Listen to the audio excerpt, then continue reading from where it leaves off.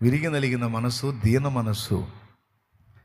అది కానీ సాధన చేస్తే, అది కానీ సాధిస్తే, ఆ దీన మనసన్నా, ఆ విరిగి నలిగిన మనసన్నా ఇష్టంరా యేసయ్యకి.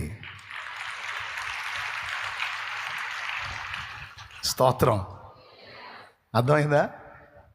కానీ కొంతమంది దాన్ని సాధన చేయట్లేదు. నేను ఇలా ఉండకూడదు, ఇలా నేను పెడగా ఉంటే దేవుడికి నచ్చను, నేను విరిగి నలిగిన అనుభవంలోకి రావాలి, నేను దీన మనసులోకి రావాలి అని ఒక సేవకుడైనా, ఒక విశ్వాసైనా తానున్న స్థితిని గుర్తుపట్టి తను వినయంలోనికి, దీన మనసులోనికి, విరిగి నలిగిన మనసులోనికి రావాలి అనేదాన్ని చాలామంది సీరియస్గా తీసుకోవట్లేదురా. అది ఎవరైతే తీసుకుంటారో వాళ్ళని తప్పకుండా దేవుడు హెచ్చిస్తాడు, వాడుకుంటాడు, దీవిస్తాడు. ఎందుకంటే ఆ మాట బైబిల్లో చెప్పాడు. బైబిల్లో బోల్డన్ని వాగ్దానాలు ఉన్నాయి. అయితే ప్రతి వాగ్దానానికి ముందు షరతులు వర్తిస్తాయి. ప్రతి వాగ్దానానికి ముందు షరతులు కూడా ఉంటాయి. నేను నీకు కృపనిస్తాను అంటాడు, షరతులు వర్తిస్తాయి అంటాడు. కృప పొందాలంటే ఏం చేయాలి? దీన మనస్సు కలిగి ఉండాలి. నీ పాపములన్నిటినీ నేను తొలగిస్తాను, నిన్ను శుద్ధీకరిస్తాను, షరతులు వర్తిస్తాయి. అది నువ్వు పొందాలంటే నీ పాపములను నా ఎదుట ఒప్పుకోవాలి. ఇది షరతు. నువ్వు ఒప్పుకోకపోయినా నేను క్షమిస్తానల్లా. నిద్రలో కూడా అనుకోవద్దు. నువ్వు ఒప్పుకోకపోయినా నేను నిన్ను క్షమిస్తానని చెప్పాలా ఎక్కడ? నువ్వు ఒప్పుకో, పశ్చాత్తాపడు, మారు మనసు పొందు, నేను వదిలేస్తా, నేను క్షమిస్తా. షరత్ ఏంటి? ఒప్పుకోవాలి. స్తోత్రం. నా కృప నీకు ఇస్తా. షరత్ ఏంటి?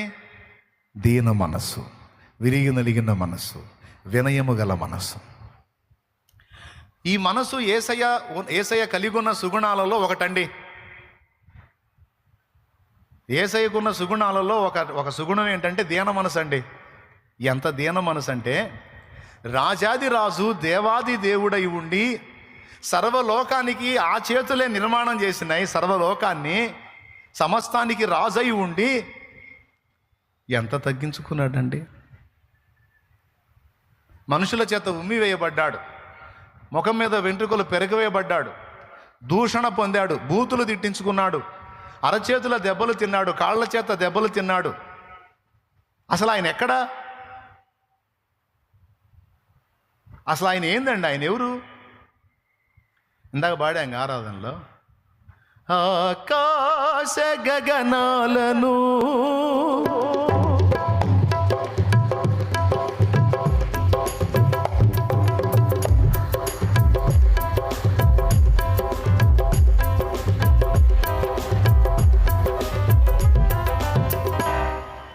ఎవరు జాన్తో కొలిచాడు?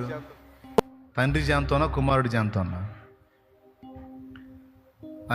తండ్రి గదల్లా కుమారుడే మొత్తం నిర్మించాడు. హెబ్రీ పత్రిక 1వ అధ్యాయం 2వ వచనం, ఆయన తన కుమారుని ద్వారా ప్రపంచములను నిర్మించెను. ఈ సర్వ సృష్టి చేసినవాడు యేసయ్యే. ఆఖరికి మనల్ని చేసినవాడు కూడా యేసయ్యే. అందరికీ సృష్టికర్త అయి ఉండి అసలు సార్వభౌముడండి, జడ్జి ఆయనే.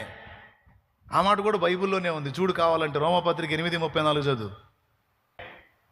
రాజాదిరాజు ఆయనే, శిక్ష విధించు, కింగ్ ఆఫ్ ద కింగ్స్. స్తోత్రం. ఆయనే శిక్ష విధించువాడెవడు? చనిపోయిన క్రీస్తు యేసే. అంతేకాదు మృతుల్లో నుండి లేచిన వాడు. చాలిక. శిక్ష విధించేది ఎవరు? శిక్ష విధించేవాడిని ఏమంటారండి? జడ్జ్, న్యాయాధిపతి.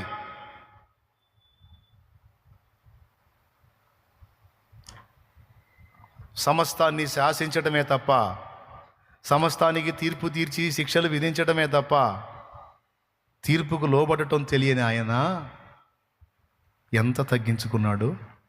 పొంతి పిలాతు సభలో నిలబడి దీనిపై తలంచుకున్నాడండి. పిలాతు సింహాసనం మీద కూర్చుంటే యేసయ్య నిలబడ్డాడు నేరం చేసిన వాళ్ళలాగా. అసలు యేసయ్య ఎక్కడా, పిలాతు ఎక్కడా? రేపు పిలాతు కూడా ఉంటుంది, పొంతి పిలాతుకు ఉంటుంది రేపు మిత్రభావాలు అక్కడ. ఎందుకు తెలుసా? ఇదేమి నాడు నా ఎదుట తీర్పుకు నిలిచిన యేసే కదా ఈ సింహాసనాన్ని అధిరోహించింది, ఏమిటిది అని ఆశ్చర్యపోకపోతే అప్పుడు అడగండి.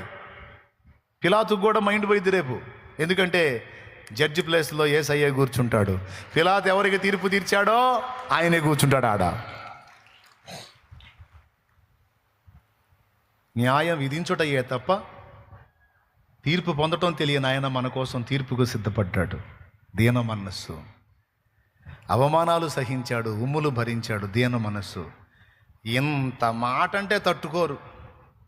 మళ్ళీ దీన మనసుని తెగ మాట్లాడతారు. అసలు నాకు ఎంత ఓర్పో తెలుసా?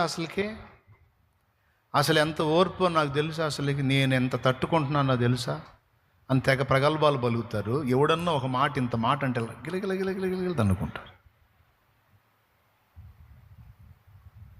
దీన మనసు అంటే ఏమిటో తెలుసా? మాటకి ప్రతి మాట పలకటం కాదు, మాట తిని కూడా మౌనంగా సహించటం. అది దీన మనస్సు. దేవునికి స్తోత్రం కలుగును గాక.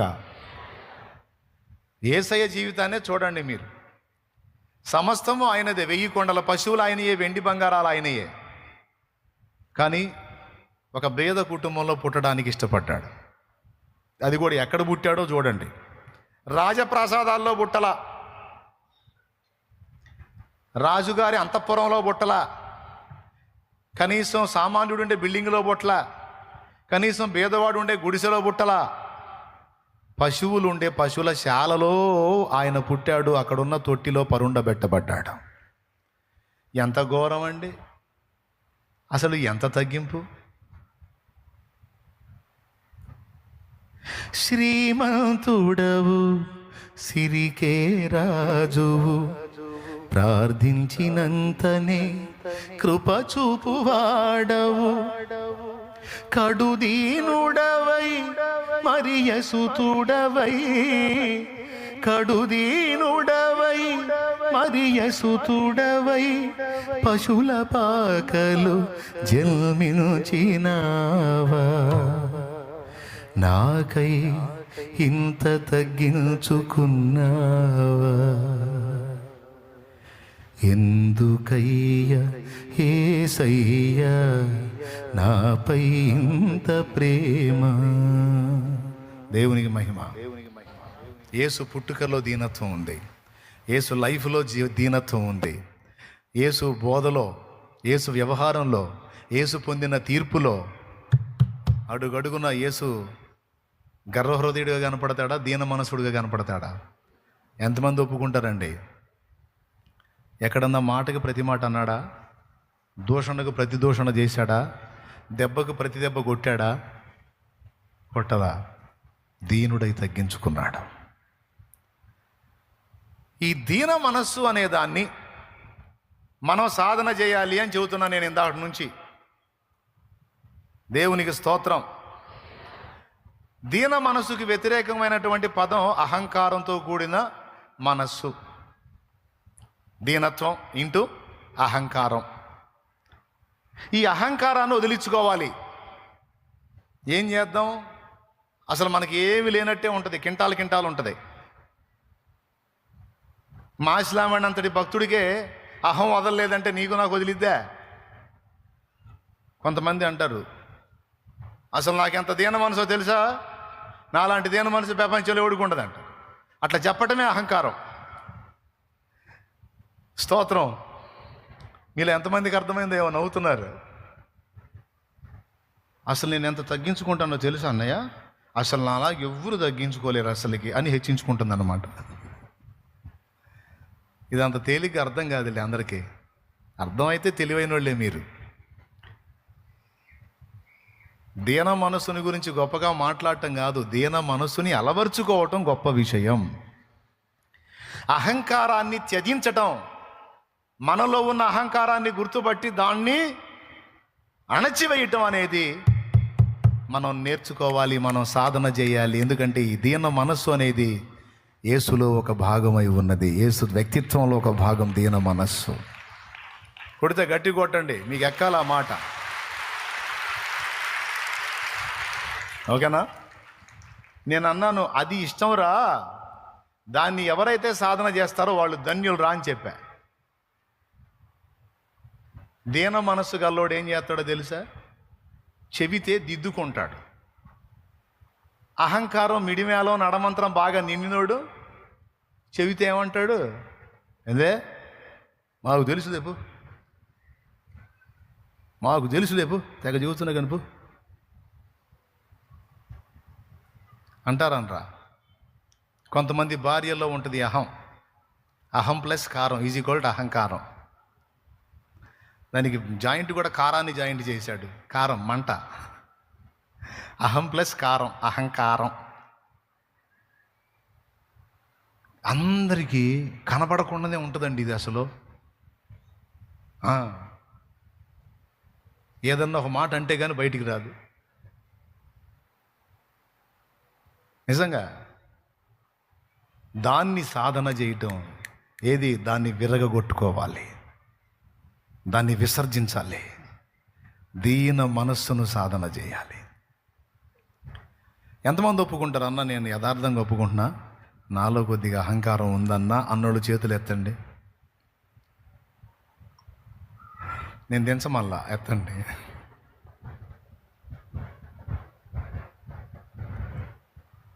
ఉందా? డౌట్ లేదా? ఎప్పుడు బయటపడిద్ది? ఎవరన్నా రెచ్చగొట్టినప్పుడు కదా.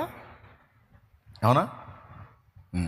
మరి దాన్ని చంపేయాలిగా, దాన్ని నీలో నుండి తొలగించాలిగా. అది ఉన్నంత వరకు యేసయ్య వ్యక్తిత్వం నీకు రాదుగా.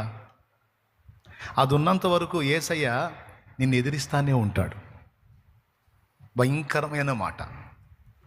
ఇప్పుడు ఇందాక చేతులు ఎత్తిన వాళ్ళు మళ్ళీ ఎత్తండి. నాలో కొద్దిగా అహంకారం ఉందన్నా అన్నోళ్ళు చేతులు ఎత్తండి. నాకు ఉందన్నా అన్నోళ్ళు. అమ్మ, ఇంత యథార్థవంతులు ఉన్నారా దేవుడు నాకు ఇచ్చిన సంఘంలో?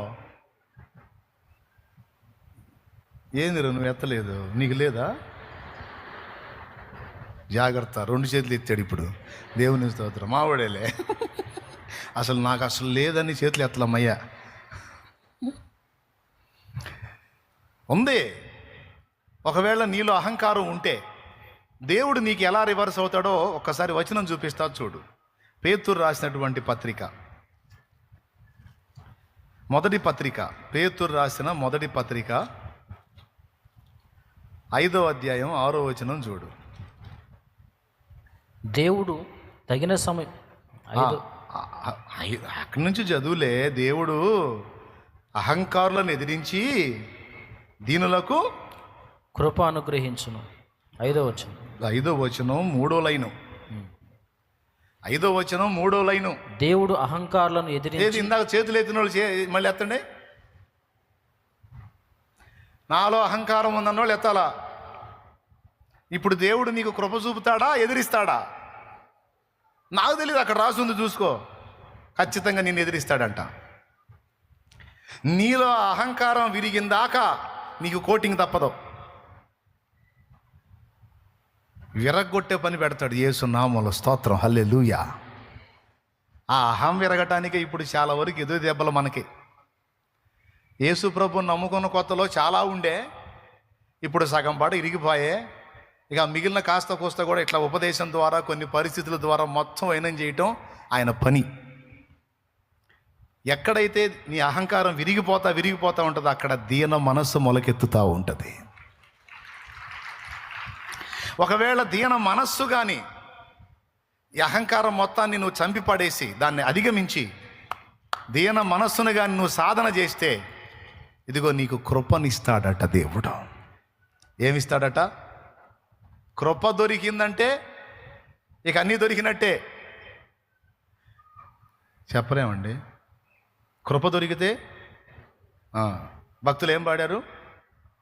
నీ కృప నాకు చాలును, నీ కృప లేనిదనే బ్రతుకలేను, నీ కృప లేనిదనే బ్రతుకలేను, నీ కృప కృప చాలంట ఆయనకి. ఏం చాలంట?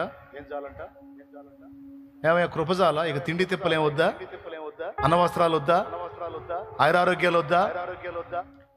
భూమి మీద కావాల్సినవి వద్దా? ఆత్మాభిషేకం వద్దా? ఆరోగ్యం వద్దా? సేవ వద్దా? ఆత్మలు వద్దా? బాయ్ ఏం వద్దా?